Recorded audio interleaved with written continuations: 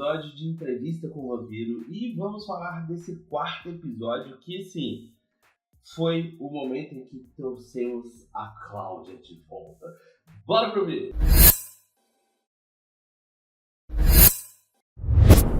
É isso mesmo, galera. Basicamente, a gente tem aí um episódio que traz ali, talvez, toda a história de Entrevista com o Vampiro, né? Basicamente, vários elementos ali me fizeram lembrar do filme.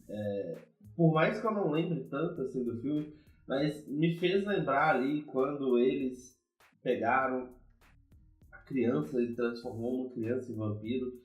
E aí me faz lembrar de diversas outras histórias de vampiros e do porquê eles nunca transformam crianças em vampiros, né? E porque os vampiros talvez não tenham filhos e tudo mais, que vem esse elemento, né? A questão da sede de sangue excessiva, que é o momento ali que a gente vê a Cláudia, da questão dela não conseguir se desenvolver, né? Ali no caso, ela é uma eterna criança, ela não se desenvolve como mulher. Por mais que a cabeça dela chegue 18, 60, 70 anos, igual ela mesma falou, ela não se torna uma mulher, né? E fora isso, a gente vê os elementos ali da pureza que ela tinha, ao mesmo tempo daquela inocência, pureza, indo embora quando ela percebe que talvez ela nunca vá ter aquilo que ela talvez poderia ter,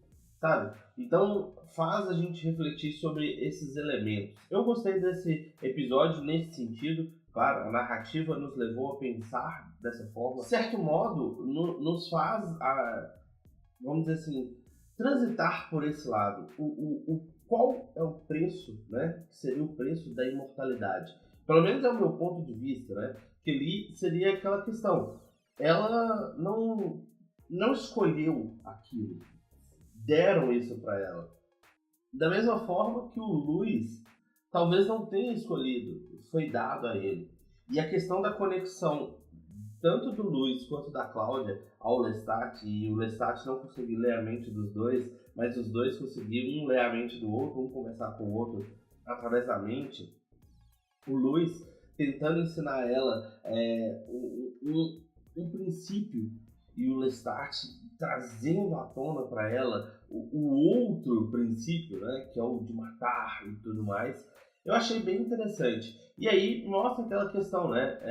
Ali basicamente a gente vê, talvez de uma forma um pouco diferente, mas a mesma forma com que um pai e uma mãe lidam ali com seus filhos, né? Com a criação dos seus filhos. Às vezes o pai acha que uma coisa é certa, mas a mãe acha que aquilo não é certo e outra coisa que é certa.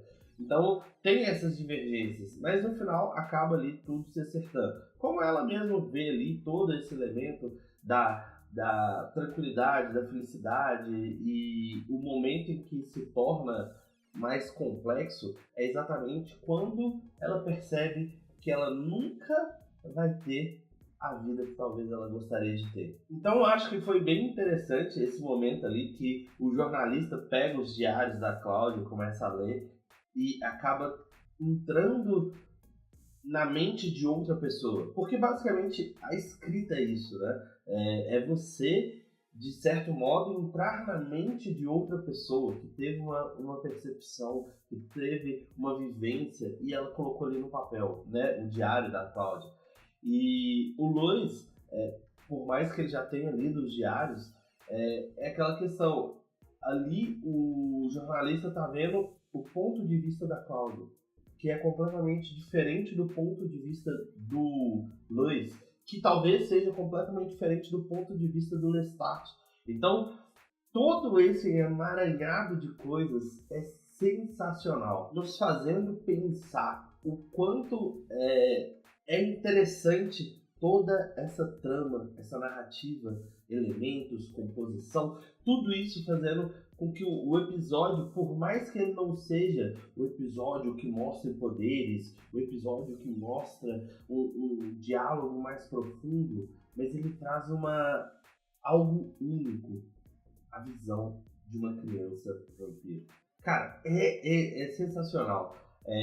Eu confesso pra você que na época que eu assisti Entrevista com o Vampiro, não me deu tanta empolgação assim nesse elemento, a narrativa em si. Eu gostava mais pelo fato, vampiro, e eu gostava de filmes sobre vampiros, lobisomens e por aí vai. Então eu tinha essa ideia, né? Mas a série, ela estava me fazendo ter vontade de ler os livros de Anna Rice, para poder talvez ter uma percepção da autora, né? Porque ela criou a obra, então a percepção dela é completamente diferente da percepção da série, que é, assim, pelo menos no meu ponto de vista, a série está sendo muito bem trabalhada, cada episódio, cada detalhe, eu tô achando sensacional. E esse quarto episódio é a prova disso, que o caminho que eles estão seguindo é um caminho que demonstra ali vários elementos, né? E o que é o mais engraçado é que os elementos a gente pode fazer uma associação para a nossa vida real, né? Eu acho que esse é o ponto. Eu gostei bastante dessa pegada de trazer a Cláudia, de mostrar, né? Lembrou, como eu falei, uma entrevista com o vampiro mesmo, o filme, porque tinha esse elemento deles transformarem uma criança em vampiro, e ela tinha sede insaciável. Mas eu não lembro o que aconteceu, eu não sei se o Lestat matou ela, alguma coisa assim. Mas é uma coisa que a gente vai ver aí no decorrer da série. Eu não sei se a série tem continuação, eu sei que tem a segunda temporada que já tá lá no Prime. Inclusive, se você não tem o Prime, aproveita agora para contratar o Prime aí. No caso, o Prime da Amazon, que vem com o Prime Video, o Prime Game. Tá aqui, ó, link na descrição. Dá uma conferida aí, que vale muito a pena. Assim, pelo menos tanto na parte de jogos quanto na parte de séries, que as séries não estão deixando a desejar. E aproveita que você tem o link aqui que te garante aí 30 dias grátis, se você ainda não tiver conta. Dá uma conferida aí e deixa aqui embaixo nos comentários o que você achou da série até agora, desse quarto episódio. Você assistiu? Esses elementos também te trouxeram essa ideia do quanto aquilo ali poderia ser algo real, tipo, tirando a parte fantasia, né? A vida de um pai, uma mãe cuidando dos seus filhos. Deixa aqui embaixo nos comentários a sua opinião. Se gostou do vídeo, deixa aquele like, se ainda não é inscrito no canal, se inscreva. Nos vemos no próximo vídeo. Tchau!